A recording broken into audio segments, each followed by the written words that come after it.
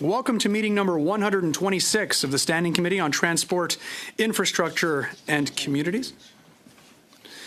Reminder to all members before we start the meeting, I want to remind you all to read the best practices guidelines and the cards on the table.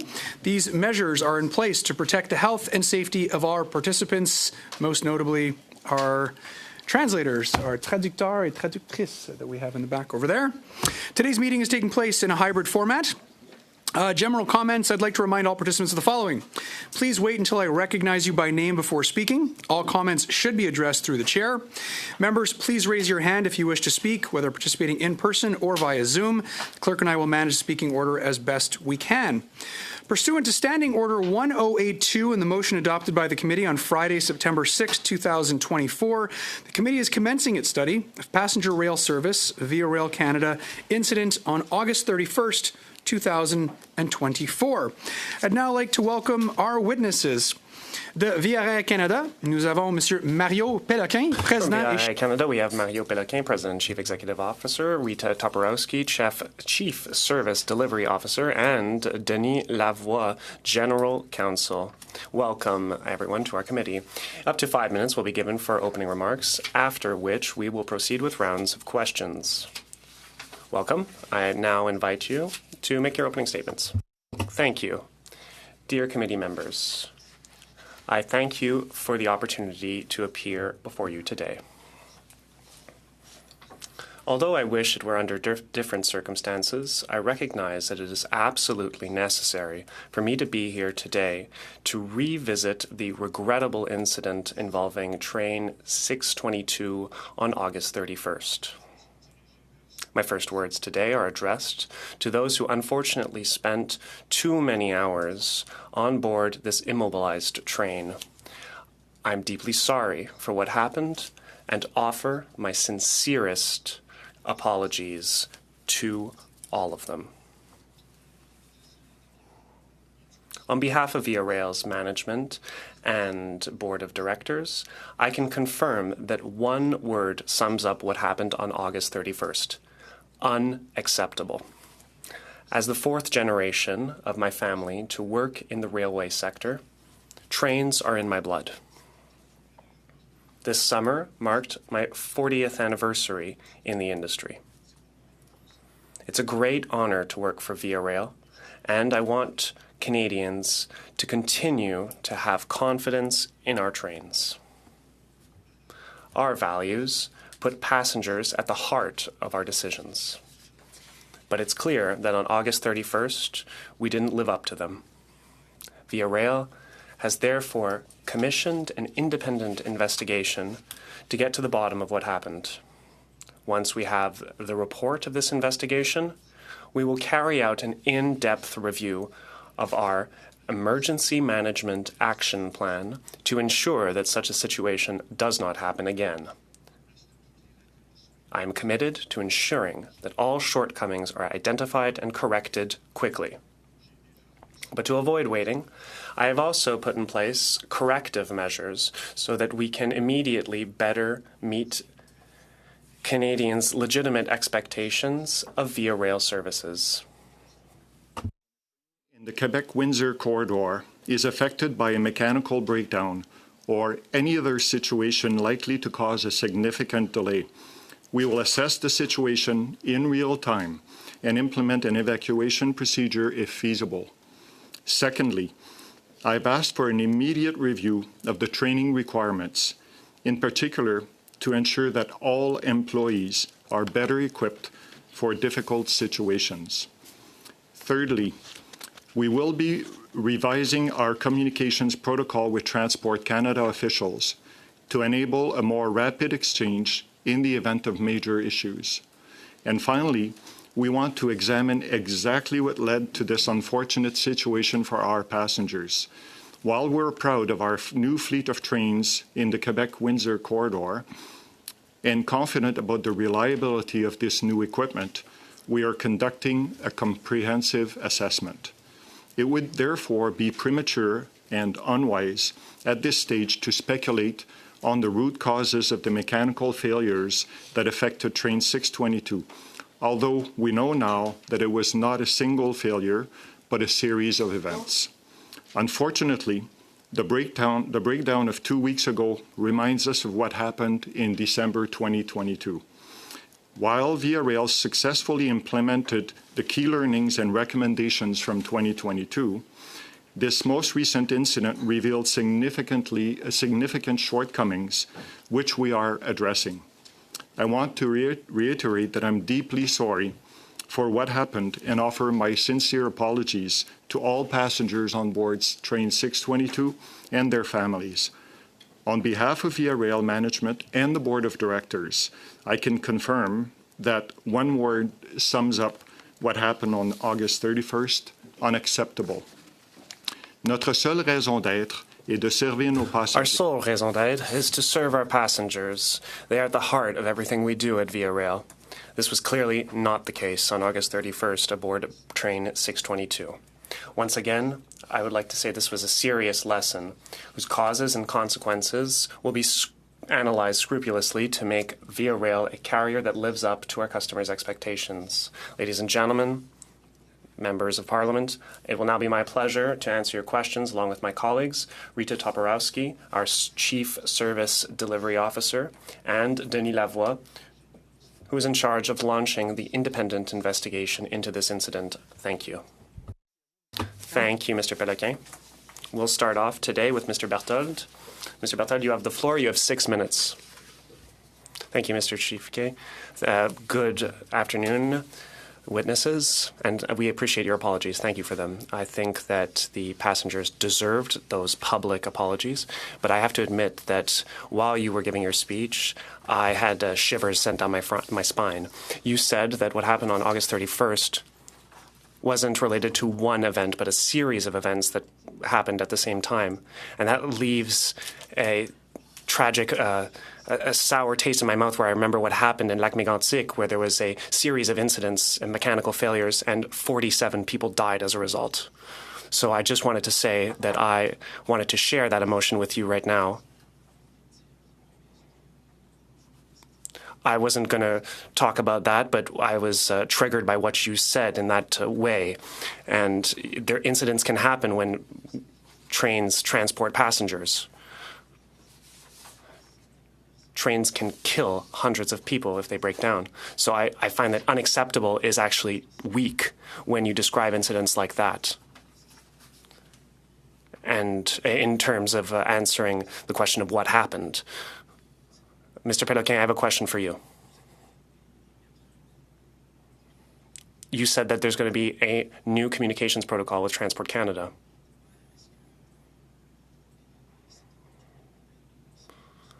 How has the event that occurred in 2022 served as a lesson learned for Via Rail, and how will a new protocol help, whereas it seemed like the communications between Transport Canada and Via Rail in 2022 had no incidents on new security protocols?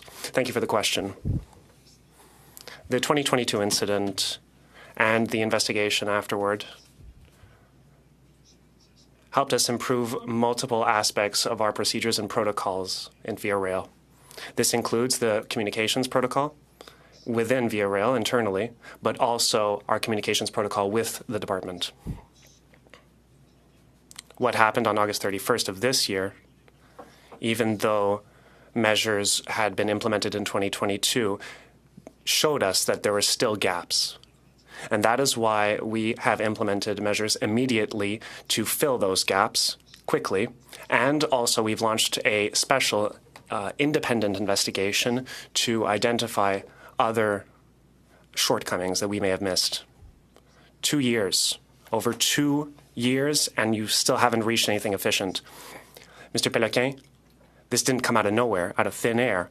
It happened right on the side of Highway 20, where there were buses, where there were towns, where there some certain things could have done instead of stranding hundreds of people on a train for 10 hours. This is beyond unacceptable, Mr. Péloquin. I've seen comments from the minister. He said it was unacceptable. What did the minister's office tell you first and foremost? Who started who opened the line of communication between his office and Via Rail? According to our protocol, we follow a procedure when we realize that there's something that happens that's outside the norm, that's abnormal. On August 31st, internal communications were lacking.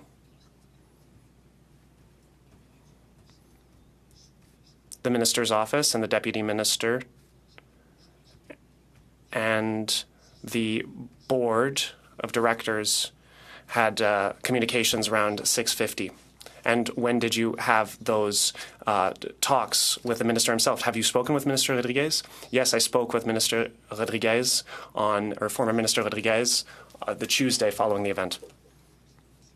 Inaudible. Yes, that was the Tuesday at the start of the afternoon. For the minister didn't believe this was such a major incident, right? I'm not, unfortunately, able to comment on his assessment of how of the incident. Did you already decide to conduct an investigation before speaking to the minister? It's important to know that internally there were communications done within Via Rail, and we had identified gaps that we immediately addressed, and one of those was to find out exactly what happened that led to this event. Unfortunately, those passengers stayed aboard that train for far too long.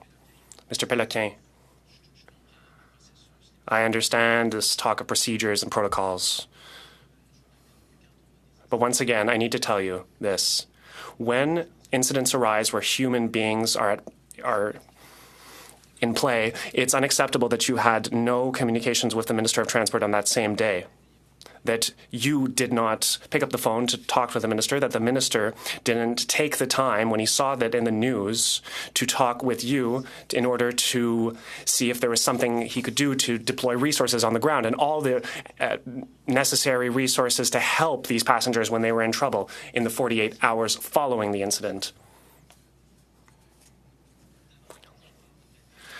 Do you believe that one lesson learned could be that additional effort should be deployed and that somebody could call you directly on your phone when there's this kind of incident where a train is immobilized for this long on a railway? Thank you for the question. Yes, Via Rail executives are available at all times to take calls or other forms of communication. And when were you notified? Thank you, Mr. Berthold. Unfortunately, you're out of time. We're going to now go with Ms. Koutrakis. Ms. Koutrakis, you have 6 minutes. Thank you, Chair. Thank you, witnesses. This isn't the first time that you've been here, and I wish you welcome. All passenger transportation companies have unfortunate situations several times a year, whether that affect the passengers and the public and employees, and they have plans to deal with all kinds of such situations.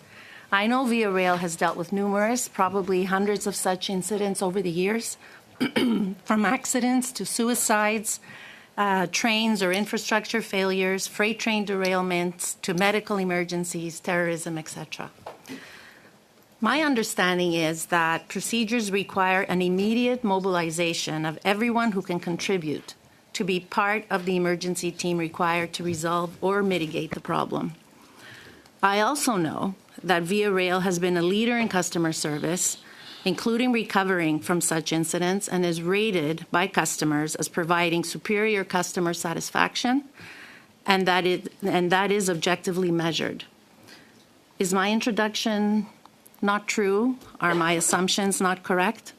So if my assumptions are correct, I'd like to know what went wrong. Thank you for the question. Your introduction is accurate. What happened on the 31st of August is important to note is an isolated incident. We deal with situations, as you point out, regularly because we operate on a network of over 20,000 kilometers across the country, mixed traffic, and so on. So absolutely, every day we deal efficiently with all types of situations.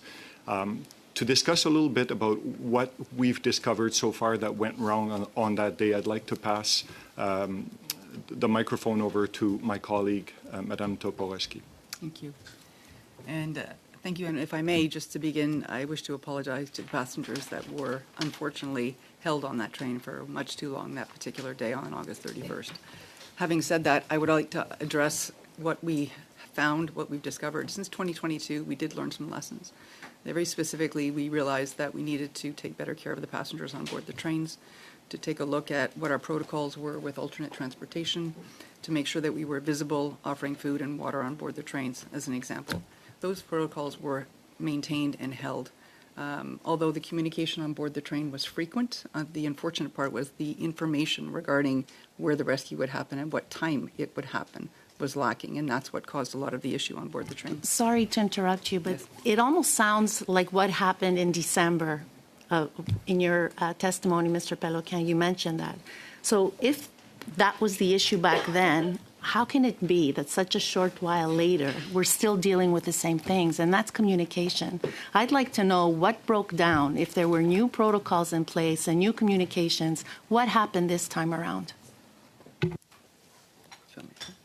If I, Go ahead. okay, if I may continue, thank you.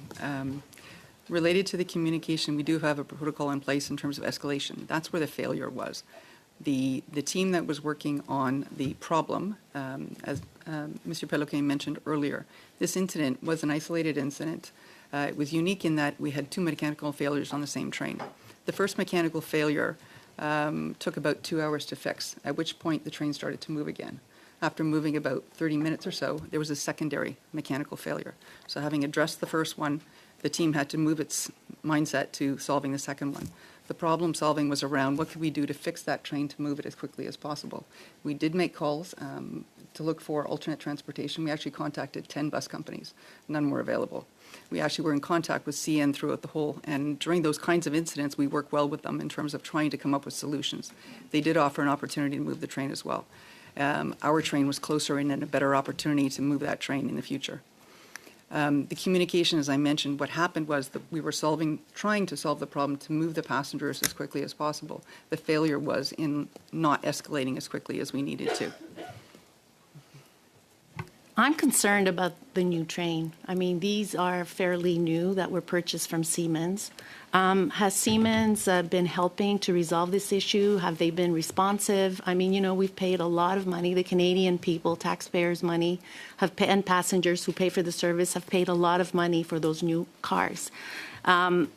Is Siemens covering the costs incurred by VIA to address the disruption and the resolution of the technical problem?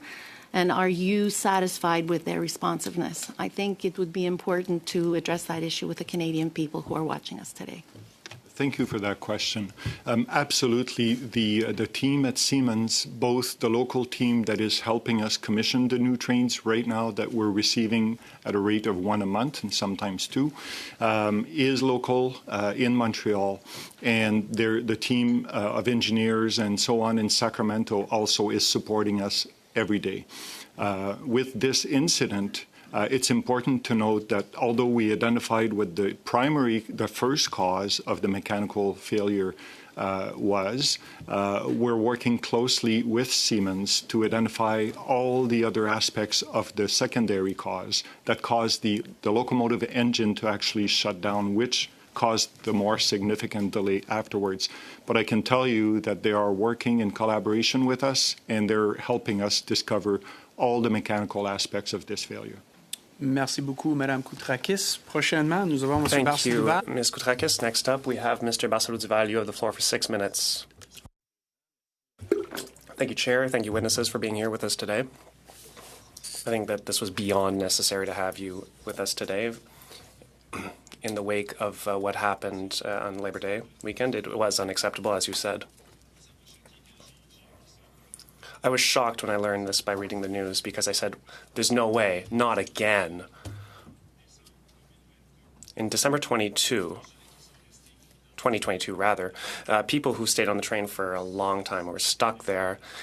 That was obviously unacceptable, and now we can see the same thing happening again. And I'm going to read a statement from Via Rail on January 2023. The interpreters do not have a copy of the statement. You said that beyond having met the expectations of our clients, we have not met our own standards, and it is clear that we have learned lessons from these events, and changes will happen. In December 2022, we had an immobilized train, lack of communication, lack of food, no bathrooms, and a 3-hour trip that became a 14-hour trip. In September 2024, an immobilized train, no communication, no bathrooms didn't work, no water, lack of food, and train immobilized for almost 10 hours. I have a feeling that nothing changed. Can you explain? Thank you for the question. These are two completely different situations. One was caused by an ice storm. Just to say the context was a little different. The 401 wasn't far off, and the 401 was closed. So it was harder to bring emergency services there. So the train was immobilized. A tree had fallen on the rail, and there was a derailment. And these are very different circumstances than what we have seen a month ago, or rather a few weeks ago, should I say. In this case, the train was immobilized.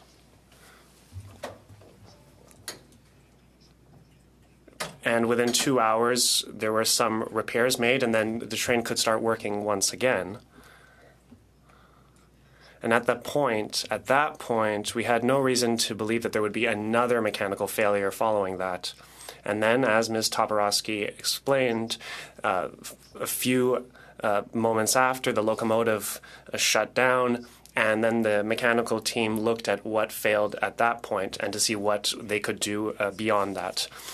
I understand what you're saying. These incidents are different. On the one hand, in 2022, the tree had fallen. There was a snowstorm. In 2024, you were in an accessible area where I believe that it would be easy to get people off the train onto a bus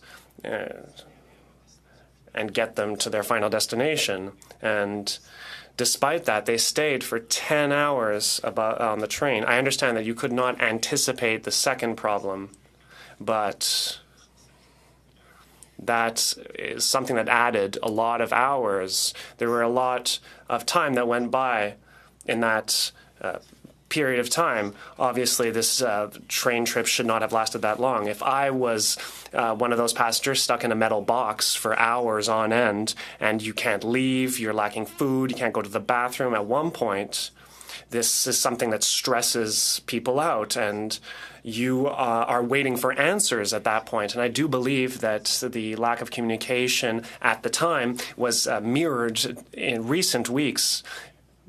According to media reports, people felt like they had no information, that they were abandoned.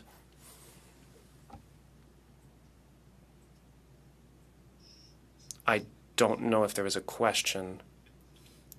I'm trying to understand, how will you improve your communications? Because I think that there's clearly a communications issue with train goers. I'll give Ms. Toporowski the floor, but I just wanted to add a few more details. According to the because of the mechanical failures, it's important to state that there was a current failure, and that lasted less than 2 hours, and the bathrooms and AC rely on electricity to work. There was a power shutdown, so there was that period of 90 minutes where there no AC and no bathrooms, but for the remainder of that time, the bathrooms and the AC were working. Just to add a bit more information to what Mr. Péloquin just said.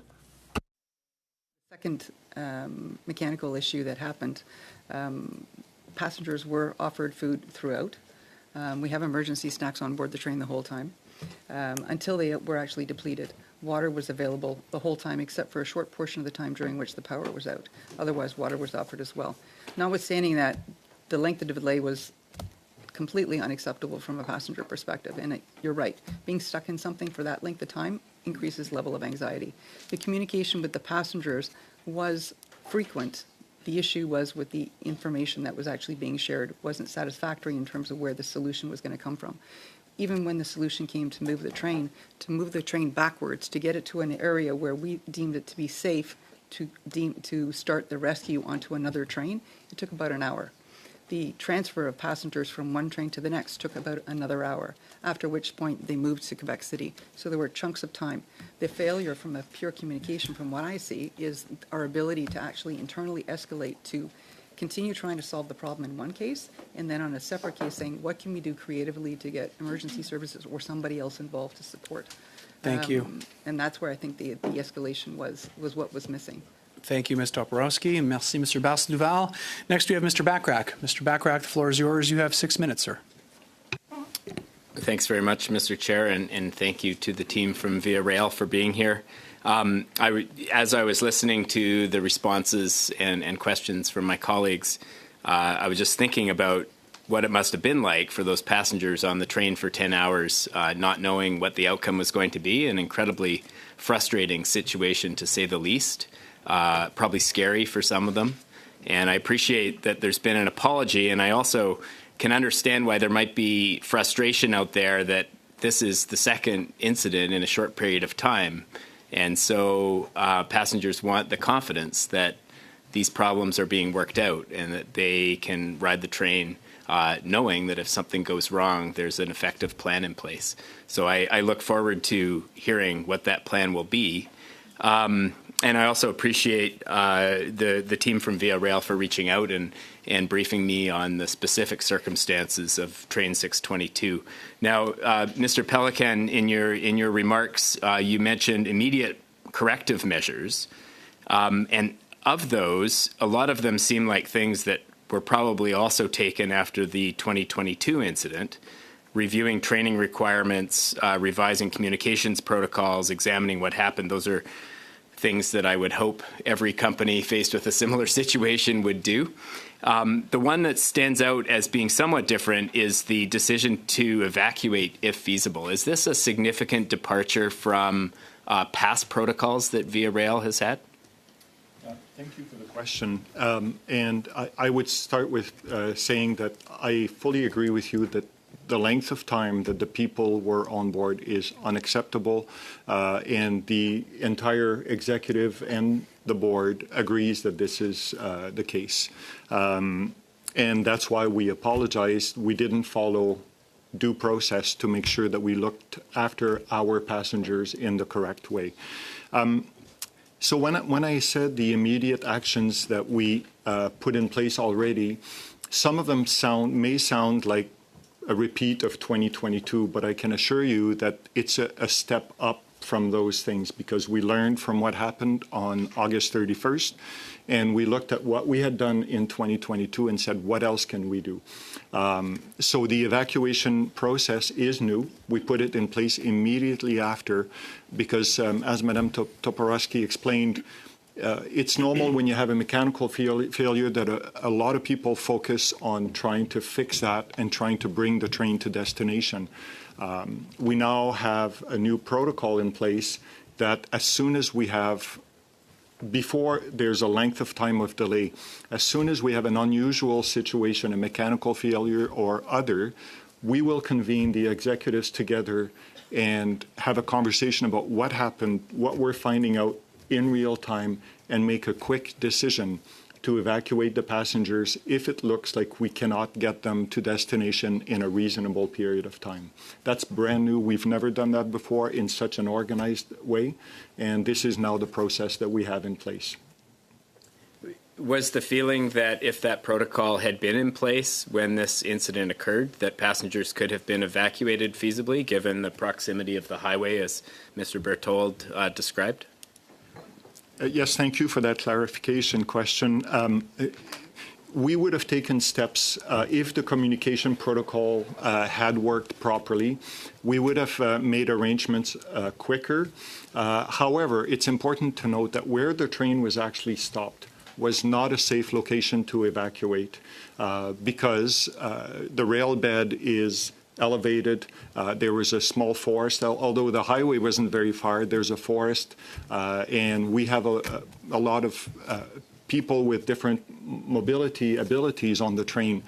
We need to move the train to a safe location where we can do the evacuation or the transfer in the case of August 31st while keeping the passengers safe.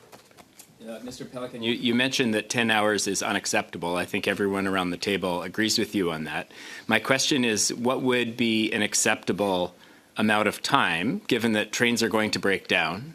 Via Rail operates over thousands of kilometers of track across the country. In the corridor between Toronto and Quebec City, if you were to manage people's expectations, what would be an acceptable or reasonable expectation for an incident response time on the corridor? Thank you for the question.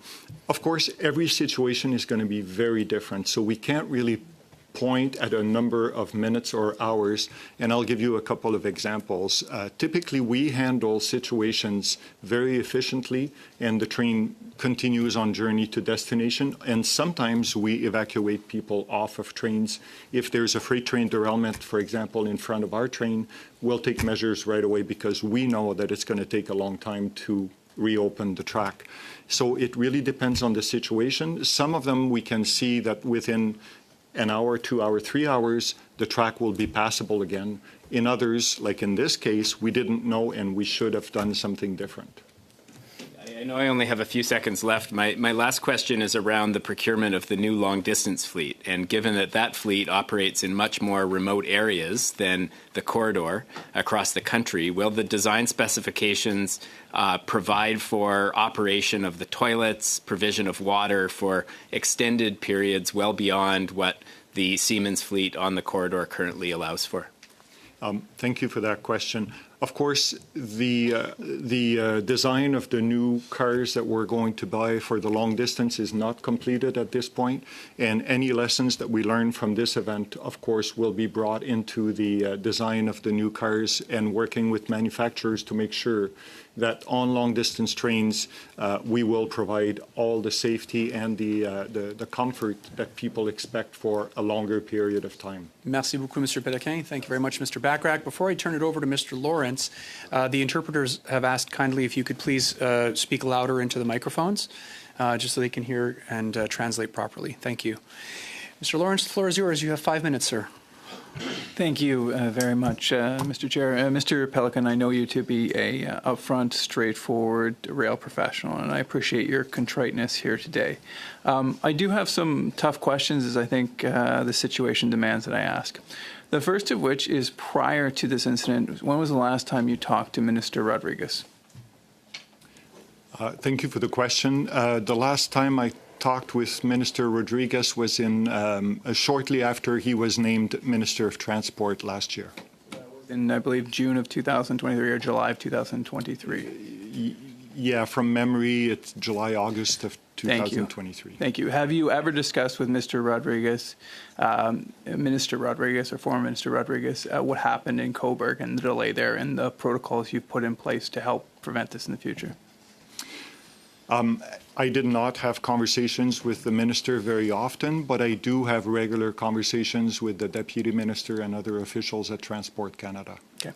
And when was and I just want to clear, I know Mr. Berthold asked this, but I want to just clarify. When was the first time that the minister or the minister's office contacted VIA with respect to this situation? The minister's office responded on Sunday early afternoon, and I had a call organized with the minister for Tuesday at 12:30. And so he didn't contact your office, VIA contacted his office, is that correct? Yes, we alerted, as per our arrangements with Transport, we contacted different officials in the ministry, and we made them aware of the situation around 6:50 on Saturday evening. So we have, which is to me, and as has been spoken around, a very difficult situation, really, and as you have said, an unacceptable situation, particularly where Cobourg, of course, is in my riding, and that happened not but a couple years before during Christmas. We were supposed to put in protocols that were to stop that, and we had it repeat again. I think that's fair. You contrasted a little bit between the Cobourg and Quebec incidents, but I would actually say that the Quebec incident is far worse because while an ice storm may not be predictable, certainly a mechanical failure of a train is something that will happen and will happen again. And you were unwilling to answer my colleague Mr. Bachrach's question with respect to the hours it would be. And I understand that every hour will be different, but if not now, could you commit to in the future saying the max amount of time would be 5 hours, or even commit to the fact that there will always be enough food and water on a via train that should a delay happen, that this will not be repeated again, that for no period will Canadians be without food or water? Thank you for that question. As we've mentioned a couple of times, we are investigating now with an independent team as well the events of that day, and I'm sure we're going to get good recommendations from that. As far as food on board, after the December 2022 events, we stocked the train with emergency supplies, as Madame Toporowski explained a moment ago. So we did have those emergency supplies and additional water on the train that we deployed as per the lessons learned from 2022. Unfortunately, there's not enough to last forever, and we even ordered supplies from outside to come and supply the train at that time. Mr. Péloquin, sorry to cut you off there, and I'm going to stop the... I don't think that we have translation in French. Est-ce que c'est vrai, Monsieur Barcelouval? So we're going to wait just to confirm that we do have translation, and then we'll restart the clock. You have 1 minute and 10 seconds left. Your patience. Mr. Lawrence, you had 1 minute and 10 seconds left. The floor is yours, sir. Thank you. And the challenge I have, Mr. Péloquin, is that this is a recurring issue. We have had an incident in Cobourg and now an issue in Quebec. You, in addition, over the time that Prime Minister Trudeau has been in office, if he has received nearly $8 billion Your executives will receive on average $1.1 million this year. You are doing very well as an organization, but Canadians continue to suffer. Is there, and now we hear that the Minister of Transportation contacted you only once prior to this and then several days afterwards. This is not acceptable, and unfortunately this Liberal government's response is to now have a part-time transportation minister. So my question to the government is, when will they take transportation seriously? But my question to you is, what can you offer to Canadians to tell them that we won't see this happen a third time, where Canadians are stranded with limited food, limited water for 10 hours? Thank you for the question. It's important to note that this is an isolated incident. We have about 20,000 train starts every year. 80% of those train trips arrive on time or within 30 minutes of their scheduled arrival time. So this is a very isolated incident. As far as making sure that this does not happen again, the measures that we've highlighted earlier will go a long way to ensure it doesn't happen again. Thank you very much. Thank you, Mr. Lawrence. Prochainement, nous avons Monsieur Iacono. Monsieur Iacono, la parole est à vous. Next up, we have Mr. Iacono. You have the floor for 5 minutes. Thank you, Chair, and I'd like to thank all the team from Via Rail for being with us here this afternoon. When Via Rail representatives came the interim CEO of Via Rail, Martin Landry, appeared before the committee in January, and I believe you were there as well, Mrs. Toporowski. They said that Via Rail must learn lessons from what happened of these events in order to adjust protocols. So you had protocols. There were protocols for the 2024 incident. So I'd like to know, were there any protocols, rather, from December 2022? Were there any changes in protocol between 2022 and now? And if so, through you, Mr. Chair, can you provide us a list of all protocols that you have and the changes to such protocols since December 24th, 2022? Is that the case? Do you have the changes of the protocols? You have protocols, right? Thank you for the question. And the short answer is yes. And to your knowledge, have these protocols applied to train 6/20/22 on August 31st, 2024. Thank you for the clarification. And as you noted, Ms. Toporowski was there at the time, so I'll give her the floor to answer this question. Thank you, Mr. Iacono. Different and improved protocols since December 2022. They were in place. They were related to food, water, treatment of passengers on board the train. Sorry to cut you. Sorry? I only have 5 minutes. That's What all right. I'd like is if you can provide us also in that list the protocols that were followed for this incident that you've had that were set in as of December. Also, I'd like to know the staff, Via Rail staff, did they follow the protocols, and which are the protocols they're supposed to follow? So I would like to say, overall, you have a lot of protocols for different people on board, for different staff, for different employees, being it at the train station, at the control station, everywhere. So I'd like to get, à travers vous, Monsieur le Président, a readout of those protocols, and also a highlight to know if those protocols were followed. Another question. Do you keep a log of all actions undertaken in due course of an emergency?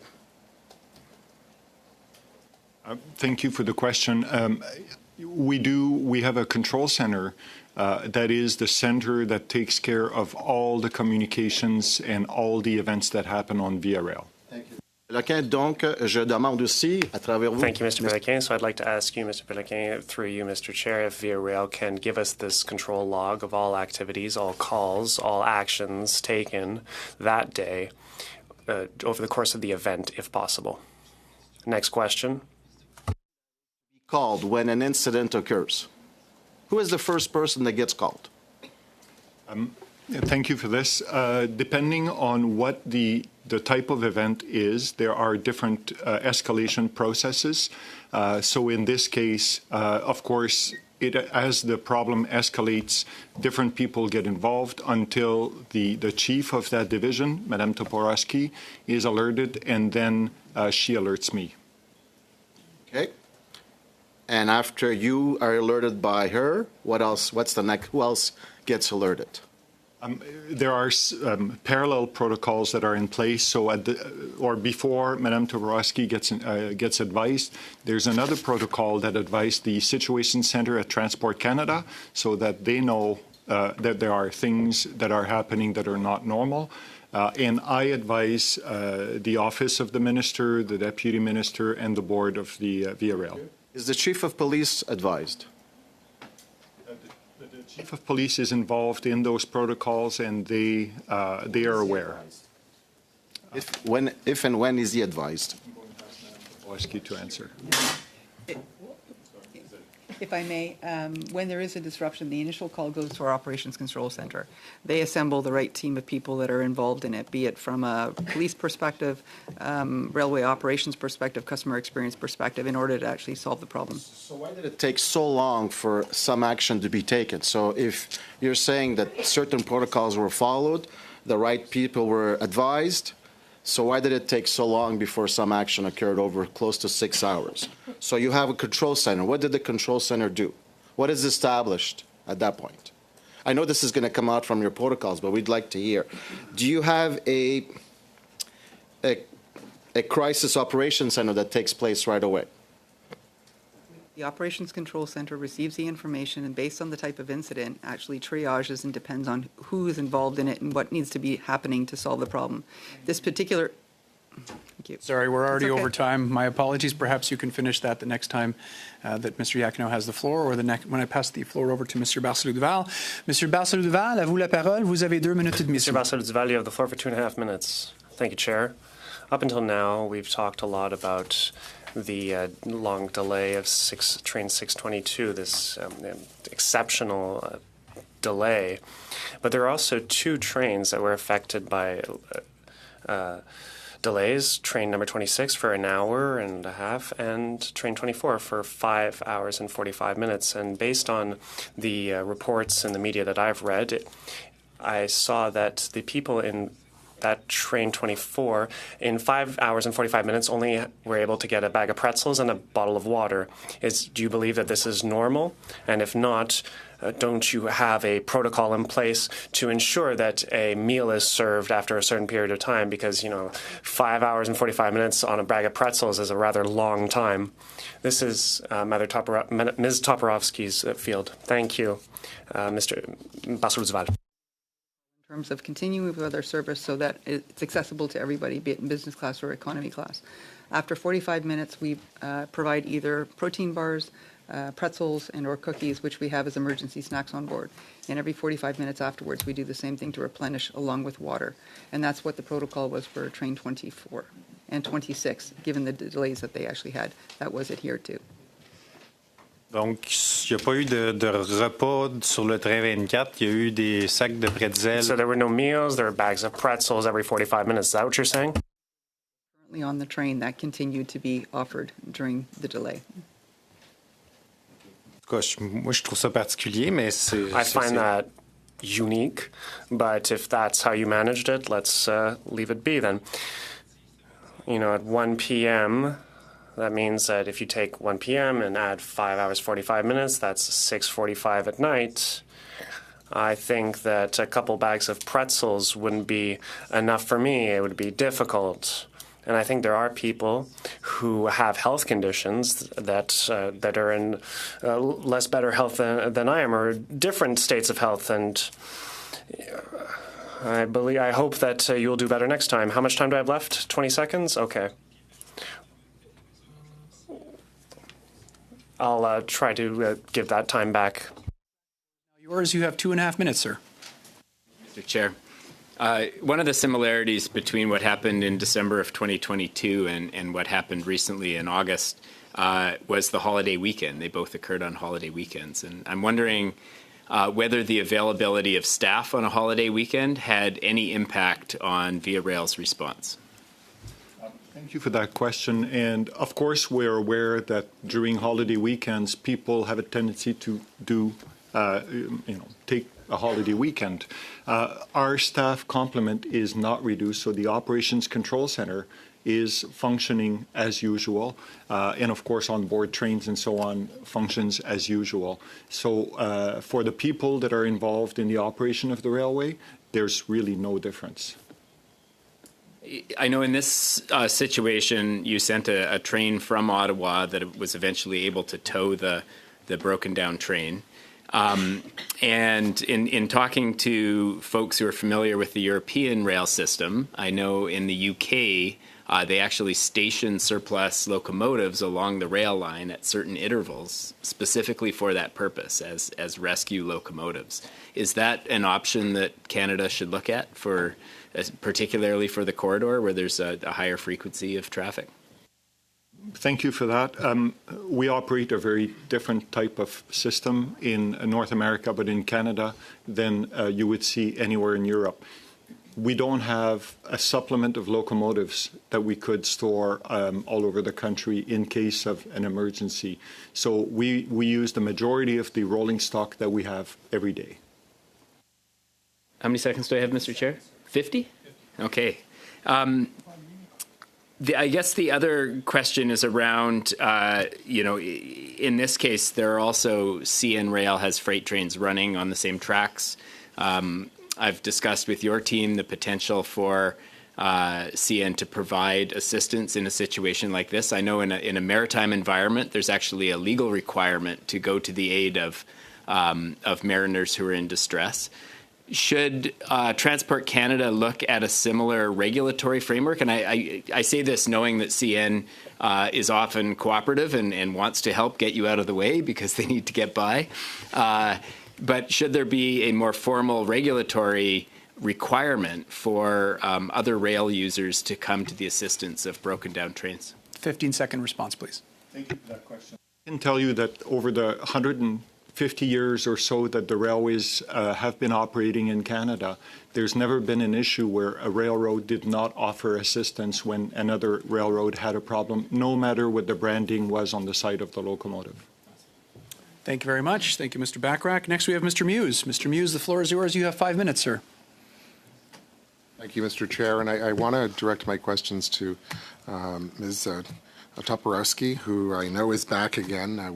We had you here in January of 2023 when we had the first incident of December 2022 of the train in that was stopped for 14 hours near Cobourg. And I want to delve a bit further and probably get a bit granular on the issue of the lack of food and water, just because, while we've heard here that maybe that was just a slight blip, that's certainly contrast to what we've heard from passengers in stories in the media.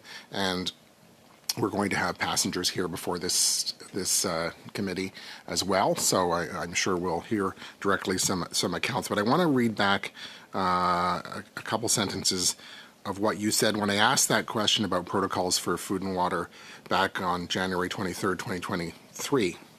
And you said, it's based on the number of passengers, but over and above that, we add X percent of the number of meals, extra snacks, extra drinks, and so forth. In addition to that, because of our experience over many years, we have dried emergency snacks in case of emergency event, and there's an unexpected delay. In addition to that, we also board additional cases of water. So, given that, what was the percent in December 22? What was the percent in August of 2024? And what does it need to be? It sounds like it's not enough. Thank you for the question, Mr. Muse, MP Muse. I can provide the information regarding the ratios back in 2022 and for the current ratios now. I don't have them currently available to share with you right now. The emergency snacks were available. There were 3 different types that were made available. The difference is the way we handed them out. There is food on board the train, which we actually depleted completely as we continued service, and then whatever was left we actually gave out as well. There was also pizza that was ordered and delivered, and that's a difference as well. We tried to make it available the minute we knew that we were running out of food, and we were making a point of trying to determine where we could move that train to that would be safe. We called ahead to a pizza company and basically had them deliver to the train in Laurier so we could offer more food when we achieved, when we were able to get to that location. So to Mr. Peliquin, apologies and obviously the discussion here and being contrite are one thing, but I guess what is the plan to restore the public trust? Because if you're a regular passenger of VIA or even the general public, I mean, this is now second time. 3 strikes, you're out. So what is the plan to restore that public trust? Thank you for that question. I want to start by saying that really this is an isolated incident because we have 20,000 train starts every year, and the majority of those are at the satisfaction of the clients that travel by train. And those customers keep coming back on our trains. So I wouldn't say that the confidence of the traveling public is not there. Of course, this event is unacceptable. Although isolated, it's something that we are addressing very seriously, and we want to make sure that it does not happen again. So we're taking measures. We talked about supplies of food, supplies of water, but if we take the measures that we've taken now to make sure that this does not happen, means that it doesn't happen, then the supplies of additional food and so on become moot at that point. You talked about the communications revision of the communications protocols with Transport Canada. And so maybe you can get into a bit more detail as to what has changed since December of 2022. And I know the investigation is ongoing, but what would you anticipate needs to change further? Thank you for that. So the protocol, the official protocol to notify the Situation Center at Transport Canada is that the Operations Control Center is to notify Transport Canada if there's an event that is not usual. Train delays, significant train delays, collisions, incident, accidents, and so on. I have discussed with the Deputy Minister that I would personally advise him And we have, either myself or another colleague advise the Office of the Minister if there's any situation that is abnormal. That is above and beyond what we had agreed to before, a few years ago. Merci beaucoup, Mr. Péloquin. Next, we have Thank you, Mr. Mr. Badawit. Péloquin. Yours, you have 5 minutes, sir. Thank you, Mr. Chair. First off, I do want to comment on the comment that Mr. Lawrence made about us taking it serious. You can be rest assured that Transport Canada has a culture within the department to take every situation like this seriously. Phil, you know me better than that. You know me very well, and we take it very serious. Folks, this is 2024. These things shouldn't happen in 2024. Simply unacceptable. And I know, Mr. Péloquin, that you've had discussions with Minister Rodriguez, and he asked that an independent investigation on the incident occur, be underway, as well as within 30 days to come back with an emergency management plan. What's the status of that work? Thank you for that question. And you're absolutely right. It's unacceptable. And although an isolated incident, one is too many. So we fully agree with that. I did have a conversation with the minister on the Tuesday after the long weekend, and shortly after that received a letter indicating what he wanted, actions he wanted Via Rail to perform in an urgent manner. And we're to respond within 30 days, as you highlighted. We've already provided an interim response to that letter. So within 2 weeks, we prepared an interim response that highlights the actions that we've already taken, and we're working through the independent investigation under Mr. Lavoie's leadership to provide a full response within the timeline. And I apologize, I have 5 minutes. I'm trying to get to this, and ultimately the expectation of this committee, because the questions I'm asking are for them, so that they can get this into the report, and therefore we can come up with some solutions so that this doesn't happen again, working with you folks and other partners. So I would request that the investigation report, as well as the emergency management plan, be submitted to committee as part of your testimony, so that therefore we can actually put it into the final report. Second question is with respect to improving the way you communicate with your passengers. This is all about the client, the customer, on trains and providing basic care, etc., with respect to major service disruptions. Getting granular. I don't have time to dance on this, so getting granular. Mario, what are you doing better now versus what you were doing then? Thank you for that. The actions that we've put in place already will go a long way to make sure that we don't have to deal with consequences later, right? So if we now have a protocol for communications internally so that the executives know right away when there's a situation that is abnormal, that will allow us to not wait for the protocol to go through, but to take quicker action to make sure that we look after our passengers in real time. Also, we're looking at all the other aspects of what we can do faster and better so that we don't have to deal with a situation where passengers are on a train for 10 hours. Okay, thank you. Now, I'm going to get, and this might seem like somewhat of a digression, but it's not. It is relevant. We are in the process of building an HFR and HSR dedicated track, as you're well aware. And of course, having a track that's dedicated to cargo versus people would have helped out, especially in the disruption that not only that you gave people, but the disruption that you have with respect to the supply chains vis-a-vis CN, in this case, CN Rail. One of the reasons why we're looking at a supply chain and logistics strategy is to integrate the different methods of transportation, being water, rail, road, and air. And this is part of the reason why. So my next question is, how are you working with CN and CP? And it goes to Mr. Baccarat's questions as well, because they're very relevant.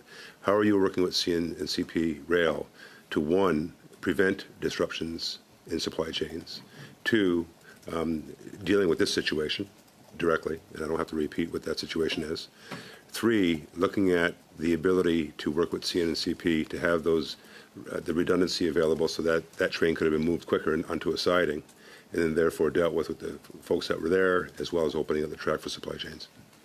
Yes, thank you for that. And of course, when we run on a freight railroad, they're very aware of the situation because they are the railroad, the host that controls train movement. So when we're blocking their track, in that case, it's a single track, it can have an impact on the logistics moving freight traffic around, right? So we work very closely together. As Madame Toporowski explained a moment ago, they did offer to help with the situation by pushing our train out of the way, but train number 24 was arriving at about the same time at that location, and we chose the option of using our train because they can connect easier. It's a seamless connection, and they can provide power to the disabled train. So for us, that was a better option, given that it was the same time frame. But I can assure you that we work in close collaboration with CN or CP or GO Transit, Metrolinx, and so on at all times to make sure that there's no impediment to either freight traffic or passenger traffic as much as possible. With respect to compensation, compensation to the passengers, can you clarify the level of compensation passengers are entitled to when this incident occurs? And I'll expand it to ask that what compensation will be actually added to the cargo that's expected to move on that track. And because of the situation, the time that's lapsed of that cargo getting to its final destination. So compensation for passengers and compensation for those that are held up because of the train taking up the space on the track. Yes, so we have a compensation protocol, and on the day of the event, we fully refunded the passengers on train 622. Also, we gave them a full credit for their trip. The passengers on train 24 and 26 got partial credit because they were disrupted on their trip. We haven't had conversations with CN Rail as of yet about compensation for potential delays to freight traffic, and I'm not aware to what extent freight trains were delayed. So that's to come later if there's... Those reports, the investigation results, the updating of the emergency management plan, the communications plan, as well as any compensation that you would otherwise had given to the passengers, as well as that of CN Rail.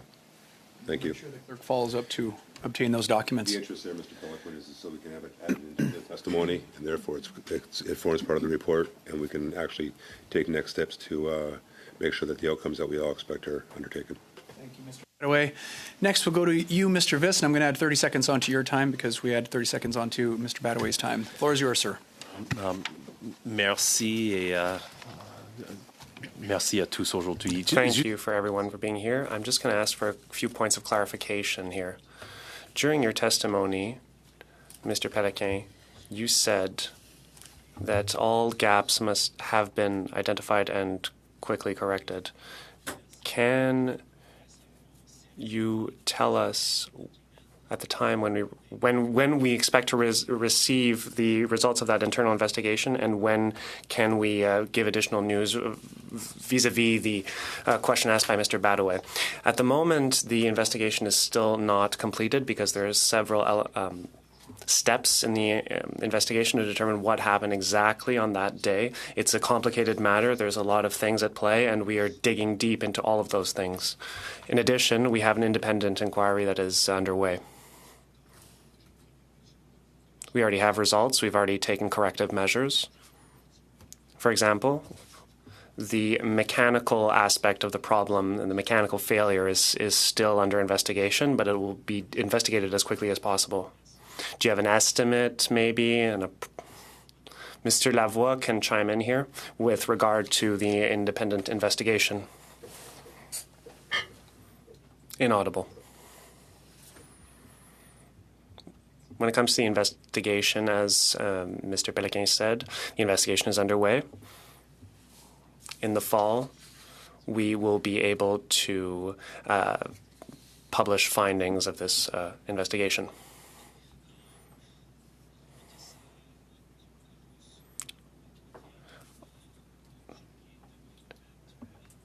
In January 2023, Mr. Landry appeared before the committee and recognized how important it was to talk about the stress that is caused in passengers. Of course, it is important to understand what happened for passengers, but also the stress that employees went through. Have Via Rail employees been trained, and are they sufficiently equipped to deal with any problems that may arise in incidents like this? Thank you for the question. When we hire people who work on trains, there is a training, and it is a great training. We have comments from people who travel everywhere, and these people say that Via Rail service is better than any other service provider in the industry. We have also ongoing training to help train staff. Our staff on board did incredible work over the course of these events, and that's what some of the passengers who were stuck said. They're not. I'm a British Columbian. The very few times I've even been able to take Via Rail in my life, because it's a service that just generally doesn't exist in my province. It's been a phenomenal experience. And that leads me to my next question. If you will indulge me for a minute, I would be remiss if I didn't ask this for my constituents. I represent a small town called Lillooet. It's a traditional train hub. And my constituents wanted me to ask you directly, could they get passenger rail service again from Vancouver to Lillooet on to Prince George? I represent many remote Indigenous communities that are fully reliant on trains. What can British Columbians expect from Via Rail to help them, give them a level of service that exists in other parts of Canada? Thank you for this question. I can say that as the president of Via Rail, I would love to do more to serve more Canadians across the country. So that's the overall answer. Unfortunately, as I've answered another question earlier, I have limited numbers of rail cars and locomotives, and they're all being used right now for the service that we're offering today. That's too bad, because many people in British Columbia have more experience taking Amtrak down to Bellingham versus Via Rail to communities in Canada. But thank you for recognizing the lack of service that British Columbians receive, but you're understanding that we can do better perhaps in the future. Thank you. Much, Mr. Viss. Next, we will go online to Mr. Rogers. Mr. Rogers, the floor is yours. You have 5 minutes, sir. Well, thank you, Mr. Chair. First of all, I'd like to say welcome to the folks from Via Rail with us today. And I know you've characterized this particular incident as being unacceptable. You've apologized profusely to your passengers, of course, and to everybody publicly. And I know the minister wrote a letter which MP Bellaway referred to, asking you to do a certain number of things, such as an independent investigation, so on, and all that's ongoing. But one of the things I'm curious about is for the passengers, the people that were on the train, or on any of your trains for that matter. What's the level of compensation that passengers are entitled to when this type of incident occurs? And what are your current compensation policies? Thank you for that question, and I'll hand it over to Madame Toporowski to answer. Thank you, Mr. Lawrence. Mr. Rogers, my apologies. Our compensation policies are based on the degree of the delay, and typically it's either 50% or 100% travel credits for the travel that they were delayed on. In this particular case with train 622, given the extensive delay and conditions and the fact that they were on that train for so long, and there was a level of anxiety, obviously, from our customer side of things, we also offered a 100% refund. Fact that it was unacceptable from a service level perspective and from a well-being perspective. So, was there any special consideration for people that are either physically challenged and trying to access the trains and so on. Was there any particular kind of compensation for people that might be disabled or need more assistance?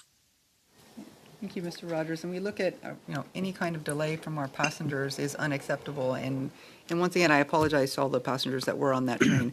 But regardless of what type of passenger they are and who they are, we offer the same level of compensation.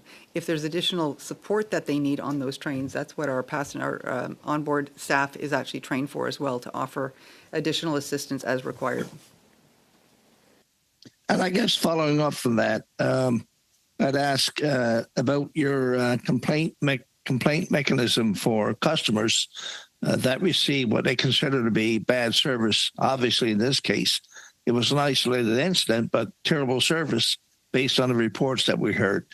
So how are these complaints being responded to from this particular group of passengers, and I guess in general by Via Rail? Thank you for that question, and I'll start by saying that we handle every single complaint that we receive personally. We don't send mass letters or anything like that. Interesting fact for that train, and Madame Toporowski will correct me if I'm wrong, but we've received a number of complaints, of course, for that train on that day. We've also received a number of complaints for people that were not on the train. Which is interesting. They complain about the service on board the train, but they were not there. But Madame Toporowski can speak to some of the particular complaints that we receive and how we handled them. Thank you, Mr. Rogers. We do take all our passenger complaints very seriously, and we do have a mechanism when they come in, either via email, voicemail, through our call centers. Sometimes they're mailed directly to Mr. Péloquin, myself, or other executives. They're responded to specifically related to what the issue is that they're addressing. With respect to what happened on August 31st, there were a number of complaints that came in. Notwithstanding the ones that Mr. Péloquin made mention of, there were about 43 complaints we've gotten for passengers on trains 622. They are being responded to. As part of our outreach to find out what happened on those trains, we've actually interviewed 30 passengers as well, at random amongst different cars, to actually find out what the level of service, how we performed in terms of our protocols, which ones were adhered to, which ones, and where they found failings. And we're hoping that with the complaints that were proactively sent into us, as well as those that we're actually going to seek, we'll get better information in terms of what they would look for in the future. Thank you very much, Ms. Toporowski, and thank you very much, Mr. Rogers. Thanks, Chair. Nous avons Monsieur Barcelou-Duval. À vous la parole. Next up, Mr. Barcelou-Duval, you have the floor for 3 minutes. Thank you, Chair. I'd just like to follow up on the question that was mentioned about this being an isolated incident. I would agree with you. This seemed to be an isolated incident indeed. There was the one in 2022. I don't know if there was any other incidents that happened that had this much of a delay. But beyond these unpredictable circumstances that can arise, there is a reputation of Via Rail being late.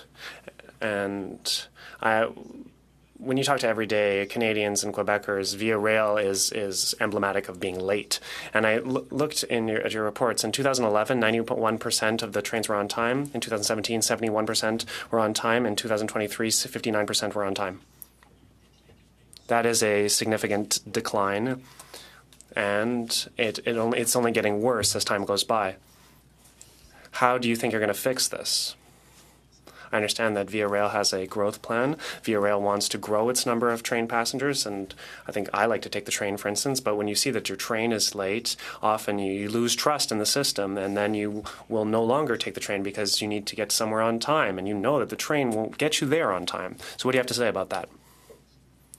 Could you clarify a question? What are you going to do to fix constant delays? Thank you for the question. As you know, we spoke about this last time we were here. We can control when the train leaves the initial station. And then we use infrastructure that do not that Via Rail doesn't control. So we have no control over how the trains interact with the rail or the other events. So yes, delays can happen, trains can be late, and these are beyond our control. We are talking with railway operators, other trains, for instance, cargo trains and whatnot, but we have to make do with what we have and the infrastructure. Thank you. But it's still pretty crazy. In 2011, there was only 16% of trains that were late. And then in 2017, it was 41% late. We've gone from 16 to 41. That's a gargantuan number. Obviously, there's probably been some heated discussions that happened after that, and there must be a way to fix this because 41% is an unacceptable figure.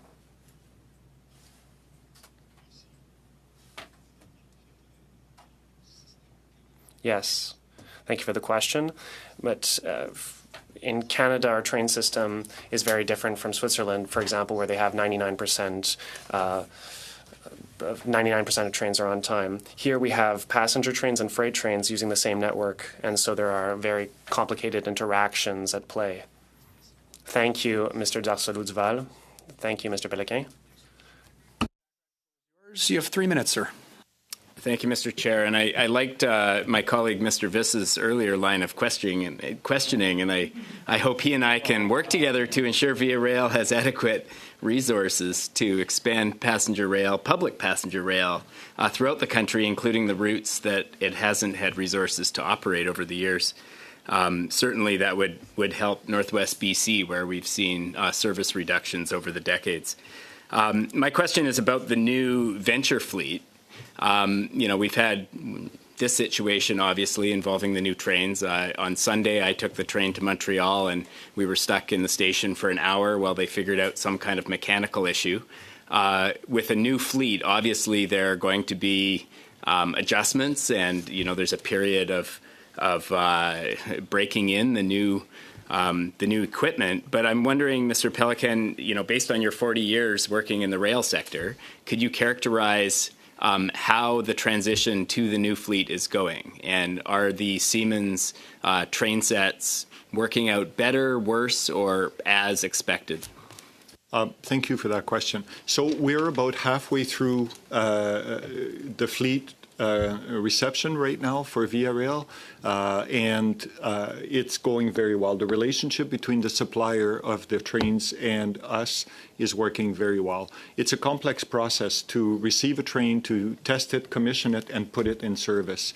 And I can say that the collaboration is great. Having seen light rail, subway in my days in New York, and trains, I would say that it's on par with what we can expect in delivery of new rolling stock. Okay, thank you. Mr. Chair, if I could, I'd like to move a motion. I think it would be really helpful to the committee to hear from the staff on board the train. As one of the groups that were obviously affected. It was challenging for the passengers. I'm sure it was also extremely challenging for the staff. And, as we're doing a kind of a comprehensive survey of this incident, I would like to move a motion that the committee invite representatives from Unifor to appear as part of its study on the August 31st incident involving train 622. Thank you very much, Mr. Bachrach. Any discussion on that? What's that? Was that something we would add on to a meeting, or were you thinking about using the time perhaps? Because we have two passengers appearing. Were you proposing that they would appear for the first hour and the second hour could be Unifor, or are you proposing that we add another meeting on, Mr. Bachrach? I think that would be adequate for sure. We have the passengers appearing. Yeah, we have an existing meeting with the passengers appearing, and if they appear for an hour as a panel and we do a second panel with the employees, I think that would be adequate. Okay, we've all heard the terms of the motion. Perhaps we'll go to a vote. All those in favor? You can do that on UC there. Unanimous consent? Okay, so adopted. Thank you very much, Mr. Bachrach. We still have 2 people left here on our list. Start off with you, start off with you, Mr. Lawrence. Need another coffee. Yeah. 5 minutes, please. Getting to the end of the meeting. Mr. Pelican, I understand that there are lots and thousands of trains that go across your rails, but I am struggling a little bit with your usage of the word isolated. And I'm just going to rattle off some of the reported, and I'm sure there's much more than this, but these are just some that my staff have been able to pull out. 2019, Vail train hits debris, delay for 4 hours. 2020, BC pipeline protest, delays for 5th day in a row. September 2022, train delayed for 5 hours between Toronto and Windsor, mechanical issues. December 23rd, 2022, trains canceled and delayed for up to 18 hours. October 5th, 2023, train between Ottawa stuck for 6 hours, mechanical issues. October 18th, 2024, trains delayed for hours due to suspicious package. September 1st, 2024, that's our what brings us here today. And so my challenge is here, I mean, trains are going to break down. It's a machine. It's going to break down. Weather is going to happen. My challenge here is that we've had numerous incidents, and we're still leaving people stranded for 10 hours with very limited food and water. Can you still, with a straight face, say this is isolated? It's one time. That question. I can assure you that it is an isolated incident. We have 20,000 departures every single year, and 80% of those train trips are either on time or within 30 minutes of arrival on time, which is really a good record. Of course, there are events, like you just named a long list, that are outside of our control. A suspicious package left somewhere. We don't want to take any chances with the safety of our employees, our equipment, and the passengers especially. Thank you.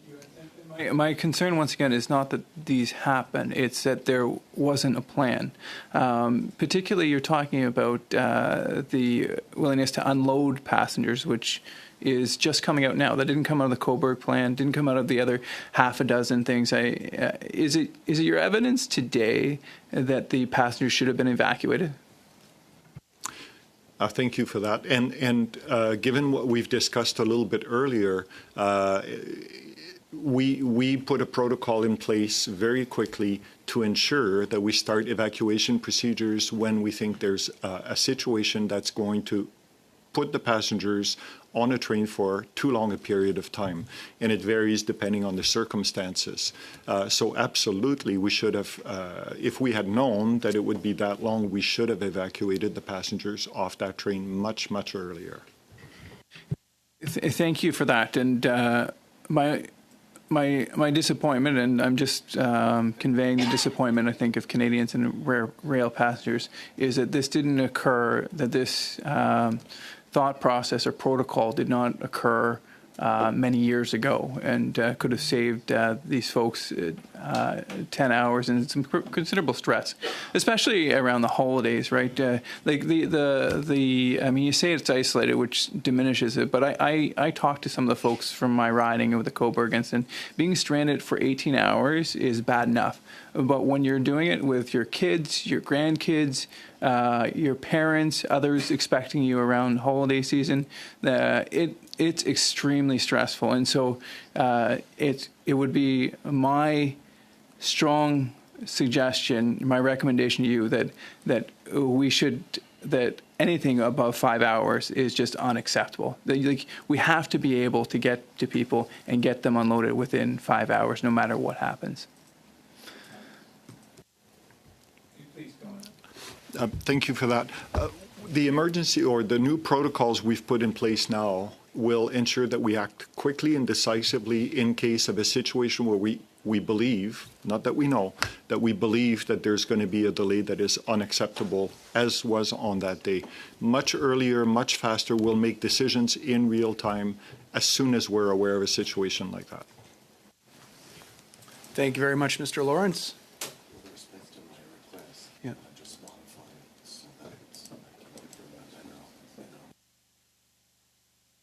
pass the floor over to Stéphane, and then I'll turn it over to you. Donc, pour la première fois de passer la parole. And for the first time at this committee, we have Mr. Lauzon. You have the floor. You have 5 minutes. Thank you, Chair. I'm very happy to be on transport for the first time. And let's get started right away, Mr. Péloquin. Delays, stops on Via Rail trains. You've said that this is a recurrent problem that is affecting thousands of passengers every year. Delays are what bother me the most. There are many factors that contribute to these delays and to service interruptions. You spoke of difficult weather, but there's also mechanical failures and other factors. These are things that are very hard to predict. How are you going to incorporate all these unforeseeable circumstances into an action plan? We have a lot of experience operating passenger trains in this mix of trains that covers a network that is 20,000 kilometers long. So we know with this experience what can happen, and we know how severe one event is from the compared to the next. So based on that experience, we can decide what kind of measures to take. We can also look at how a service can resume in an acceptable delay. And how are your relations with CN and CP? And there's other rail operators, but how are your relations? Do you have a close relationship with the railway owners because you depend on them in many ways? Yes, we have a very close relationship with these companies. I speak with counterparts in those companies, but there's also within Via Rail people who communicate with our counterparts elsewhere. Companies have differing priorities, and we talk with them to ensure that everyone has an adequate amount, that people are adequately satisfied. You know, we don't own the railways. Yes, that's what I wanted to talk about. You do not own the railway for most of the territory. You know that the infrastructure is getting old. I know that you are in constant communication with people in the minister's office, but what is your role when it comes to communicating the importance of investing in rail? Yes, thank you for the question. Indeed, we only own 3% of the rail we operate on, 97% we don't, and our performance on those 3% is excellent. For example, between Montreal and Ottawa, we have an on-time rate of 97%. This is because we can control infrastructure maintenance. In other cases, we can't incentivize these companies to maintain their infrastructure. It's up to them to make these decisions. We work with them in order to minimize unfortunate events. You spoke of one issue, such as train supply. You said that it was possible to bring pizza and food. So if this is possible, could the fact that people could leave be possible given the circumstances?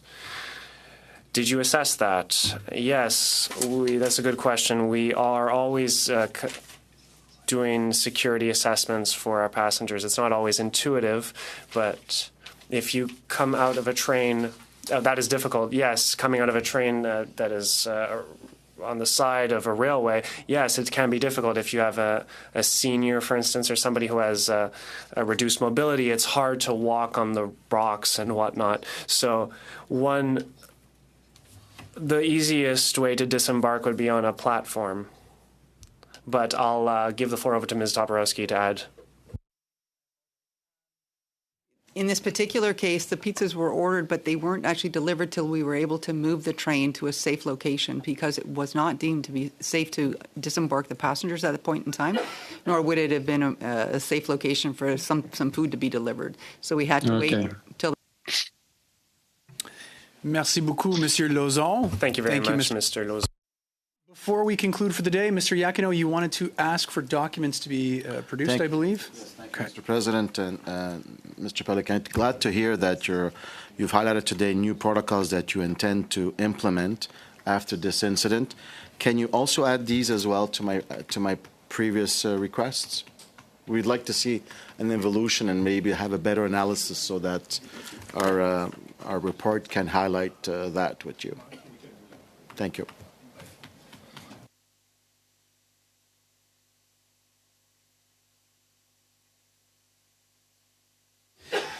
So noted, Mr. Iachino. We will add that to the request to the documents that we would like to have to provide to our analysts, and the clerk will get on that. On behalf of all committee members, we want to thank our witnesses from Via Rail for joining us today. Thank you for your time and for responding to our questions so diligently. With that, this meeting is adjourned.